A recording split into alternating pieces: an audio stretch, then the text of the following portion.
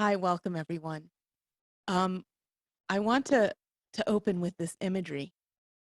It's sort of a visual metaphor, maybe not one that's immediately obvious. But as you listen to this session today, see if it begins to make more sense. Let me describe the image to you. It's raining. A child in a raincoat and galoshes holds an umbrella. She looks down at her reflection in a dark puddle, and she sees an astronaut standing against a field of stars. As you listen, keep this image in the back of your mind. What does it mean? Hello, my name is Claire Benedikt. I am the Director for Accessibility Strategy and Innovation for a K-12 ed tech company called Houghton, Mifflin, Harcourt. Let me try that again. Houghton, Mifflin, Harcourt. There we go. But I'm not here today in that capacity. What I say here today, I say as myself and not as HMH, but they have, boy, have they heard me say this. and they've listened. How I came to be here today is an interesting story. My degree was under the tutelage or mentorship of two thought leaders in the then new area of technology's intersection with teaching and learning, or pedagogy. This was in about, I don't know, like 1992. One of my mentors, Professor John Slayton, was in the process of losing his vision. And, you know, accessibility was not really our main focus, but I still learned everything I could from him about the surreal to me story of losing his sight. And I'm sure I was clumsy and desperately naive about it. But, you know, decades later, over the course of an ordinary workday, my vision started to look a little bit like this slide. It was blurry with blind spots and color changes. By midday, I couldn't really see my work at all. And I was so panicked at my loss of vision. I got in my car and I drove. I drove to an emergency appointment with my ophthalmologist. I don't know how I did that, but I always include that part of the story because it shows how foreign visual impairment can sometimes be to people who haven't experienced it. It literally did not compute. And I spent 7 nights in the hospital, and I started remembering those long ago lessons from Professor Slayton, and like a chill ran down my spine. What are the chances that I would work with someone who would teach me so much about visual impairment? And now, years after he'd passed away, what I learned from him just by accident of his situation, my curiosity, would suddenly be so relevant to my life. It's like he knew that my future would hold optic neuritis and multiple sclerosis. My mind was blown. It was 2014, and I was abruptly identifying with the term disabled. Over the next few years, I started thinking differently. I started thinking like a member of the accessibility community. I think you'll agree, we have 1,000 ways of saying just about the same thing. And I want you to understand my way of saying it because it was, for me, the key that unlocked the door to transforming the business of designing for compliance into the business of designing for equity. That's what this illustration is about. A tiny figure walks into a bright light that spills through an enormous keyhole-shaped doorway in an infinite black wall. The bright light is equity. We just need to get there. So let's look at this guy. I love this guy. This guy is my go-to visual analogy for disability. I think he must be visiting a museum exhibit on surrealism, maybe. He is feigning nervous laughter while standing amid chairs and a table that are so enormous, they look designed for storybook giants. He looks tiny. We often hear the phrase, he is disabled, she is disabled, I am disabled. In my first few months as someone with visual impairment, I had a sort of private epiphany. I realized what people are really saying, what I'm saying now about myself when I use the phrase.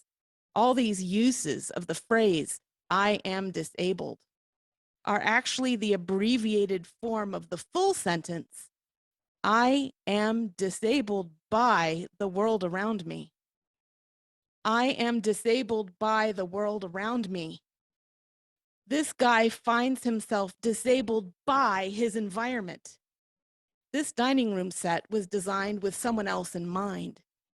He's gazing up at the underside of this dining room table that was built to a different scale than one he can use. His abilities are what they are, what they are. It's the environment that has rendered him disabled. And that was a critically important sort of conceptual inversion for me to finally understand.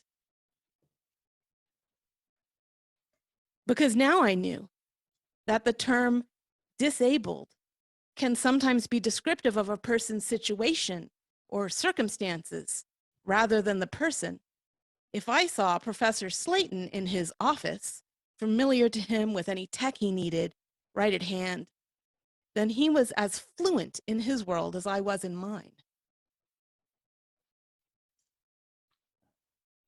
Human beings are not natively able, never have been.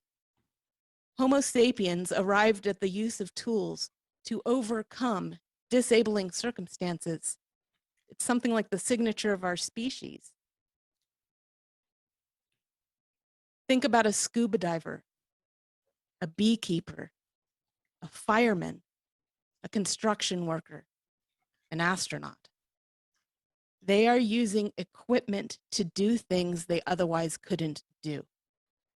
That equipment is their assistive technology. It is designed to allow them to be able in acutely disabling circumstances.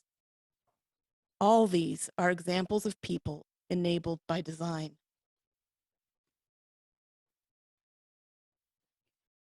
We are all enabled by design. Remember the girl in the raincoat? The astronaut she sees becomes an all-purpose visual metaphor for those moments when we are rendered disabled by the world around us. Now let's take this understanding to rephrase some familiar statistics and look for insight. 26% of adults in the United States are disabled by the world around them. 15% of kids in the general public school classroom are disabled by the world around them. Like anyone living on a sometimes antagonistic planet, they're unlikely to flourish without support designed to enable them. These kids are our astronauts. We are not responsible for the state of the planet they've landed upon, but in K-12 ed tech, we are in a position to enable these students to flourish while they are within the ecosystem of education where we have influence. And you are in a position to enable your astronauts, your users, to flourish while they are within the ecosystem of your field or industry. And we know every one of our users is an astronaut of sorts. None would flourish without support designed to enable them. Speaking of supports designed to enable, here's the desk of an example user. We see a monitor, a mouse, keyboard, webcam, etc., right? This is what I call the assistive technology of the able. Okay. This spread is considered by some to be pretty mainstream. Here's the question I want you to ask yourself. Is it? You know your customers. They're not all coming to you from the same place. They come to you from a place best described by the concept of intersectionality. In other words, when we see this desk as typical, we see our assumptions of privilege. And it makes me want to crumple up this concept of privilege as mainstream and to just throw it away. Intersectionality is a term coined in 1989 by civil rights activist and legal scholar Kimberly Crenshaw. Super helpful concept. Decent definition from Merriam-Webster's on the screen here. The complex, cumulative way in which the effects of multiple forms of discrimination combine, overlap, or intersect, especially in the experiences of marginalized individuals or groups. If you get into intersectionality, you start seeing diagrams like this. This diagram shows words arranged in a series of concentric rings surrounding a core that's labeled power, privilege, and identity. Let's zoom in for a closer look here. One ring lists intersectional characteristics like gender, class or socioeconomic status, skin color, and disability, right? One lists emergent social complications of intersectionality like sexism or classism and ableism. The outermost ring lists whole systems where intersectionality plays out. Think the legal system and the education system. To be in the business of designing for equity, you need to consider intersectionality. Let me show you why. Without the concept of intersectionality in our equation, we imagine our users as fitting a normalized bell curve diagram, sort of like this one, where mainstream situations occupy the center, and there are fringe situations kind of everywhere else. If our business is typical, it's probably thinking to itself, look, even if you added the fringe areas together, they don't add up to the area of the center. The center is where I can serve my customers best. So that leaves all of us designing for a bell curve of normal distribution. It's believed to be economical. With the concept of intersectionality, it's clear these assumptions are not supported by the real data. Whether or not you are disabled by the world around you does not fall on a bell curve of normal distribution. In the real world, ability or, degrees of being disabled by the world around you, it creates a more flattened or platykurtic distribution. What I'm trying to say is that the data we have today does not map neatly to a normalized bell curve. With intersectionality, we are beginning to see that situations traditionally identified as fringe actually outnumber the so-called mainstream. As a customer, little story here, as a customer, I once had a company push back on my accessibility request by saying, and I quote, "We're a business. We can't always design for unicorns." Wow. What does that even mean? What it meant was we cater strictly to the center of a normalized bell curve. But the argument is specious. Designs without reference to intersectionality, driven by the so-called economy of normal distribution, may themselves be disabling. We need a hero. That's us in the Cape. That's us, a champion of equity. We're going to influence our design practices. And we can start with 3 changes to our accessibility strategies. We have to stop prioritizing compliance and start prioritizing equity in outcome. Let's start with what prioritizing for compliance looks like first. For an organization focused on compliance, a common success criteria for accessibility sounds something like this. Our products support assistive technology. We've tested thoroughly, and here's our VPAT. And they might reasonably add, our products are easy and intuitive to pick up and use, whether you live with disability or not. Everyone gets a top-notch usable experience. Okay, but there's a blind spot in this answer, pun intended, because if we look more closely, we already know that the most accurate evaluation of accessibility is far more human.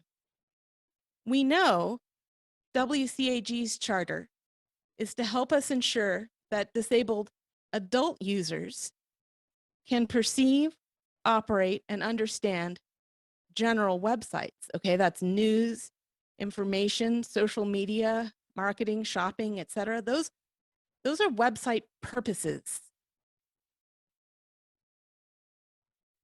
So when we ask for success criteria, what we're really asking is, do all our users receive an equitable outcome from the experience given its purpose?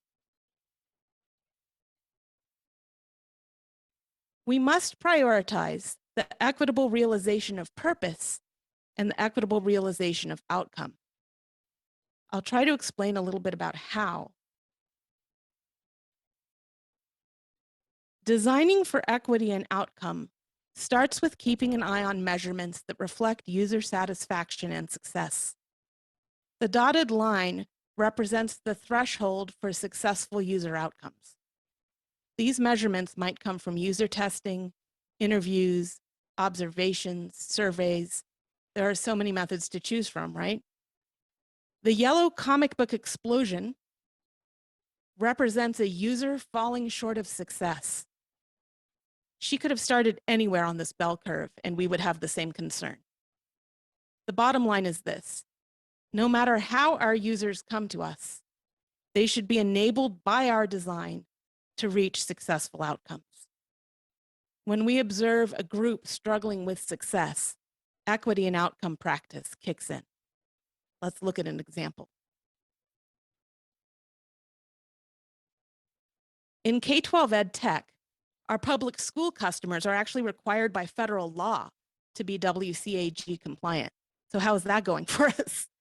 We have a statistic that clues us in to how different K-12 users and products are from the generic starting point WCAG must assume. We know the graduation rate for students with disabilities is roughly 18% lower than for their non-disabled peers. That's at least one indicator in a very complex picture that perhaps WCAG isn't working as well as it could, as is, in K-12 public schools. Not every industry has a graduation rate to throw a flag for them, but you might be able to develop a conceptual equivalent. What will be your organization's measurement to determine the success of your goal of equity? Prioritizing equity and outcome means keeping in mind that WCAG is not really intended to codify the needs of your particular users. Looking at K-12 ed tech makes this point very easy to understand. In K-12 ed tech, our users are not WCAG's general adult users of general websites. We're working with child users of online learning experiences. So we have to ask ourselves, how well does WCAG codify the needs of child users of online learning experiences? In your business, try asking the same question. How well does WCAG codify the needs of your particular users? Where WCAG fails to codify our users' needs, we can watch the need for intercession go up. In your industry, intercession might mean more investment in call centers or technical support. It might mean remediation, redesigns, redevelopment. It might even mean more investment in the fidelity of your reputation in the marketplace. Not every industry has such an obvious departure of user needs from base WCAG, but the point remains. While we understand WCAG must start with some general assumptions, the ways in which our users and products depart from this profile will be critical to the success of our design strategies. Okay, so that's equity and outcome. What else can we do to transform the business of designing for compliance to the business of designing for equity. We can strive for equity in process. What is an example of equity in process? Accessibility subject matter experts teach us to design a single user interface that is operable by all users. They teach us to make sure that single interface can be personalized by the user to suit individual needs. And that's really good advice. That makes good business sense. But too often, we see that striving to ensure everyone uses the same screens, even with personalization, still does not result in the equitable realization of intended outcomes. There are a million reasons for that. In K-12 ed tech, we'd say, at the end of the day, every child needs to pass the same test as their peers. What's the analogous statement for your business?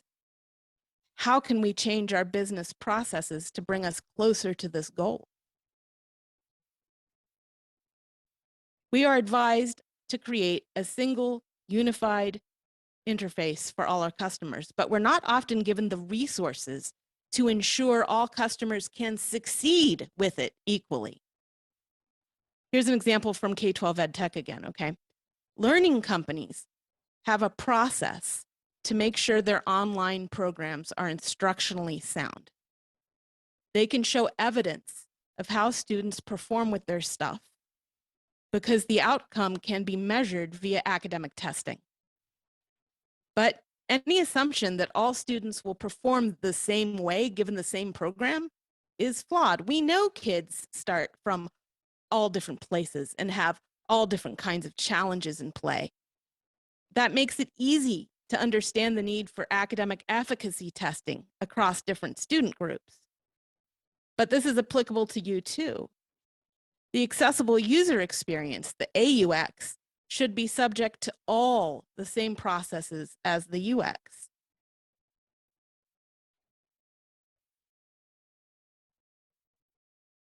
Your business reasonably can and should create an equitable blueprint for the distinct experience of the UX and the AUX. The AUX should not be assumed to somehow naturally emerge from the UX. The AUX should be subject to equally rigorous processes for quality and effectiveness. And to give you actionable feedback, you'll have to work with the right users. What would happen if we did academic efficacy testing of K-12 products using only adult engineers, right? We need to test our accessible experiences with audience-appropriate native users of assistive technology. That's AANUAT. I pronounce this astronaut. See what I did there? Oh, astronauts. All right. Okay. So we've covered equity in outcome and equity in process. We must prioritize the product's equitable realization of its purpose and its equitable realization of its outcomes. The accessible user experience, the AUX, should be subject to the same processes as the UX. What else can we do to transform the business of designing for compliance to designing for equity? I think we have time for one more. We can strive for equity and access. Okay, what's equity and access? Let me explain. No, there is too much. Let me sum up. Here's what the law requires of buildings. If you have a door that doesn't work for everyone, you provide an alternative door for the folks your original door fails to serve. Here's a blueprint of a hotel ground floor lobby. Okay, the blue marks where our imaginary inaccessible revolving doors are located. Imagine, if you will, that this marks the location of the doors that work for everyone else. A hotel would be breaking so many laws if they made a separate and unequal entrance for disabled travelers. Hotels must do this, and so should we. this is what we mean by equity and access. And yet, we know that not every last thing in a product will be compliant. Some experiences we want to offer our customers aren't good candidates for compliance. We actually wouldn't find its compliance desirable. Imagine trying to teach a low vision kid about anatomy using a biology coloring book app. Some features or experiences or materials cannot reasonably create equity and outcome for their purpose. This is where equity and access becomes an important practice. In K-12 ed tech, whenever something is not itself compliant, an accessible alternative must be provided at the same point of use. So, what precisely is an accessible alternative? Let's refer to our door analogy to help us explain this. The ed tech equivalent of the revolving door might be, I don't know, like a fun math game where you're throwing balls at bowling pins, hand-eye coordination, right? That's a poor candidate for compliance. We need to offer an accessible alternative that allow the kids to use it to have fun also and pass the same test as their peers. So our accessible alternative might be a compliant PDF. It's got to be a pedagogically equivalent alternative to the math game, and it's got to be fun. Everyone has fun. Everyone passes the same test. And a surprising number of kids without visual or motor impairments might still find the PDF is more effective for them. There are reasons that we can't even anticipate. We know the best designs will suit all users without an accessible alternative required. Equity and access, though, that's the only way to provide those alternatives if you have to. Whenever users can access a feature, that feature must either be natively accessible and/or the user must be able to see and choose an equitable, accessible alternative at the same point of use and without different effort. So that's 3 changes to our accessibility strategies that will help us transform the business of designing for compliance to the business of designing for equity. Equity in outcome, equity in process, equity in access. And wow, does anyone else feel like we just compressed 10 conversations over coffee into like a single half hour? Let me summarize a little bit of what we covered. We are champions of equity. We have the key to unlock the transformation of our business. Whatever your role, I want you to know you have the power of insight. Sometimes making a case for equity starts with realizing how many users are disabled by the world around them and for how many disparate reasons, which we call intersectionality. Whatever your role, I want you to know you have the power of prioritization. The pressure of your expectations for equity are the very key to unlocking it. How will you measure the realization of equitable outcomes? You also have the power to see the gaps. You know WCAG is best for adult users of general websites. How do your products and users depart from WCAG's charter? Finally, you have the power of influence. By striving for changes like the ones we've reviewed today, we might push equity into the world of measurable and accountable business commitments.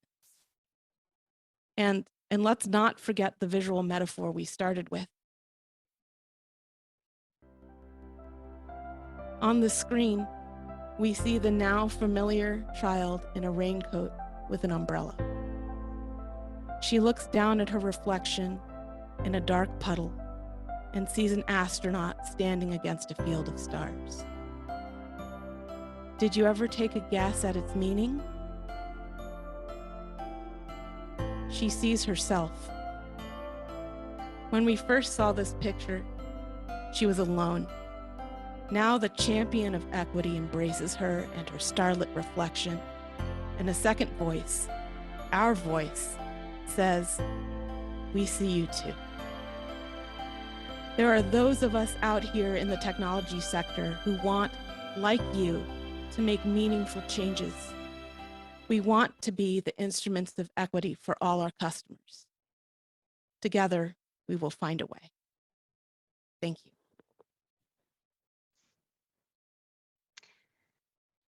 Wow, Claire, thank you so much. I have goosebumps. We had a few questions come in while you were presenting. I'm going to go over them, but if anybody has other questions, please feel free to still enter them when we'll get to them. The most voted question was, what is your advice on getting a compliance-focused leadership and a compliance team to understand the message you're encouraging?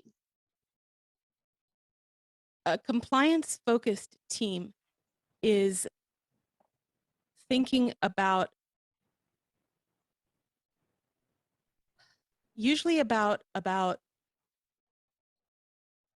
satisfying a metric or a budget constraint. By a metric, I mean they expect to be audited and they need to pass the audit. By budget, I mean they don't want to spin off into redesigns or reboots to accomplish accessibility. They kind of want to remediate something that they have, maybe improve or enhance it so that it will pass a aforementioned audit, and they think that might be minimal. The right way to motivate them may be to talk about customer success, customer retention, and fidelity of their reputation in the marketplace and so on, so that they understand that when you improve the experience, the UX and the AUX, and start looking at outcomes, the outcome of the experience and the success that the customer experiences, that those things are connected to returns on investment. And when you can connect those dots and make the business case, you will often see the theme of equity being folded in to an accessibility practice. Similarly related, someone asked about when you hear compliance is already expensive, how would you respond? Do you have any tips for that type of messaging? Equity is not more expensive because than compliance. It includes compliance. So whatever your price tag is for compliance, just transfer it over to the equity column, and then make sure that the prioritizations that I spoke about lead your compliance effort. So instead of saying, does it pass an audit, say, can all of my user groups succeed in whatever? I don't know the intention of your product, but rather than just doing an audit, find out whether they can all as quickly and intuitively do what they need to do. It's a shift of prioritization.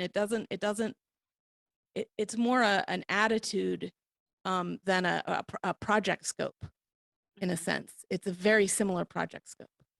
Yep. How about using your metaphor, universal design argues for building a door that everyone can use? Have you seen great examples of this in the digital products, or anything you can share along that line that's been a really great example? Have I found somebody who exemplifies equity in accessible design? Yeah. You know, you know where I'm looking for it? I'm looking at gaming. I'm looking at places where you're supposed to either laugh or have fun, and then I want people to test to see if everyone laughs at the same place. You know what I mean? Like if I'm using assistive technology and I lol at the same time as the people who are just using a monitor and keyboard, that's telling me that I've got my alt text right and so on, right? Because you're looking at outcomes. I have not found an exemplar, but if anyone out there has an idea of one or wants me to evaluate to see if we found one, I am game, because I just don't think I just don't have a view onto it yet. Thank you. What about suggestions on ways to introduce and start a conversation about intersectionality with your team? Well, that's a fascinating question. And Houghton, Mifflin, Harcourt, HMH, actually recently started a department of equity, inclusion, and diversity, EID. A lot of HR in the HR industry or field is kind of taking notice of this thing called EID. If you start Googling EID, you'll see Microsoft has, and Google and Facebook, Meta, excuse me, all of the big companies now have EID departments. So that's what I would do first. I know that EID is internally facing. It's looking at the intersectionality of your own employees, but often that attracts interest because we see ourselves in it. And you can say at that point, if we're interested in the intersectionality of those of all of us who work here, can't we extrapolate from that to the audience or users of our product? So it's a starting point. We've got a few that are just coming in too quick for me to read, but one that's been here is your statistical sources. Are they going to be included in the slides? Okay, absolutely. Great. Absolutely, yeah. Do you have any books, a writer that you like, article recommendations, or anything like that, just to help learning more about its incredible work? They're all saying it. Claire, I'll just stop for a second and say all of the feedback has been wonderful. Everybody loves your presentation. So you've done a great work here. I'm so glad to hear that, you guys. I'm sorry that I can't see your comments directly. We're in different platforms in a way. It's very interesting, actually. You'll have to cue me to the question again. Oh, books and articles? Yes. Well, not that cover what I just talked about. I do like I can't remember the name of the book now because I'm in a live presentation, and of course I can't remember the name of the book, but it's by, I think her name is Carolyn Dweck, Carolyn Dweck, and it's called Mindset. Now this is a K-12 book, but it's all about the differences of how people approach something that's hard to use or hard to do. And as designers, Mindset by Dweck is something that you can extrapolate from into your design business with amazing results. There are some other recommendations I have too, but I'm so sorry. I'm conscious of time. You still have 8 minutes. You're good.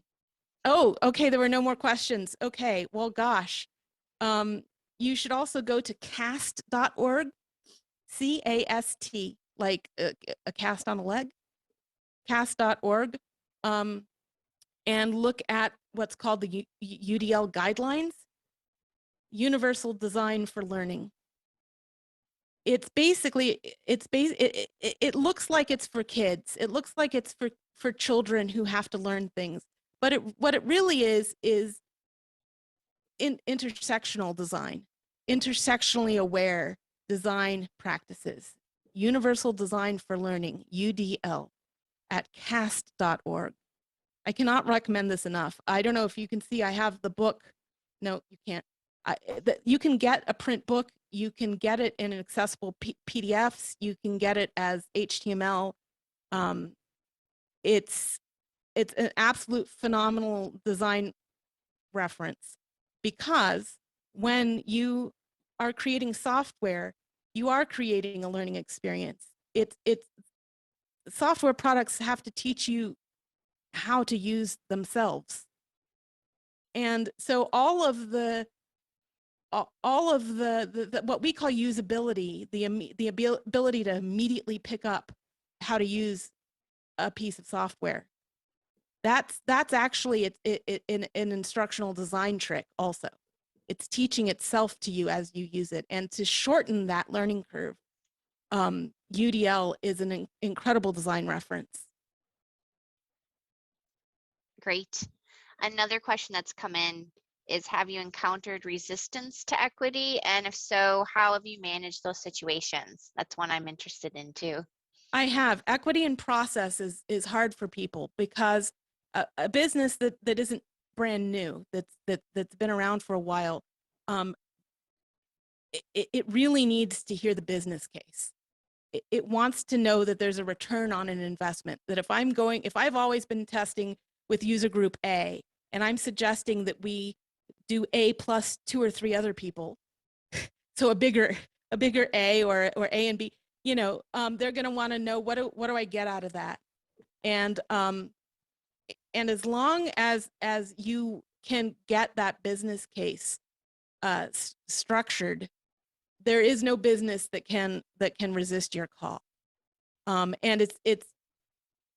as soon as you adopt equity as a priority, pulling together that business case starts to be possible. It might seem daunting from where you sit today, but the more you go down that road, the easier you'll be able to sense its advantages, and then make those measurable advantages. Another question that's come up is just in the search for experienced UX web designers that have a portfolio where they're familiar with designing to WCAG 2.1 AA for disabled audiences. It's hard to find them. Do you have suggestions? Have you come across any areas that you can recommend to find those folks? To find folks who can make compliant user interfaces that have experience designing for them. I'm hesitating because design experience and UI UX experience are a little bit, they're not synonymous. But what you can do is stop looking for people who have memorized WCAG and start looking for people who design for outcome. That's design thinking, right? Isn't there? There's an industry standard idea called design thinking, and what I'm suggesting is really a sort of an application of design thinking toward a very certain outcome. And if you find those people who are strong in defining problem spaces and then designing solutions that fit the problem, then you'll find people who can, with some extrapolation, because you can always pick up WCAG, okay? Mm-hmm. But if your strength is solving people problems with design, then you've got a strength that will add to your accessibility team. That's a great suggestion. Just taking a look at it from a different angle like that. I like that, Claire. Great. We have just a couple minutes left and we don't have any more questions. So Claire, do you have anything else you want to say before we sign off? No, except that I wish I could speak to all of you more directly. Is there any way to leave them information about how to reach out to me? Sure, you can put it in the slide deck that we'll share out, or if you want to put it on your screen right now. I wonder if I can do that. I think you had I'm your going to have to do. LinkedIn on this page before. Okay. Guys, this is just Notepad. It's not very professional. But I am Claire.Benedict. I'm waiting for the translator to spell that out. Claire.Benedict@hmhco.com. And you are welcome to send me some email, say, that you saw this presentation and had follow-up questions. I should have planned for that. I didn't think of it. Thank you very much for all of you who are here. I appreciate the audience, and I thank you, Heidi, for translating for them. Absolutely. And I appreciate having gotten to know you, Claire, through this. Thank you so much for all of the information. And to everybody else, thank you for attending. Have a great rest of your AXCon. Take care. Take care, all.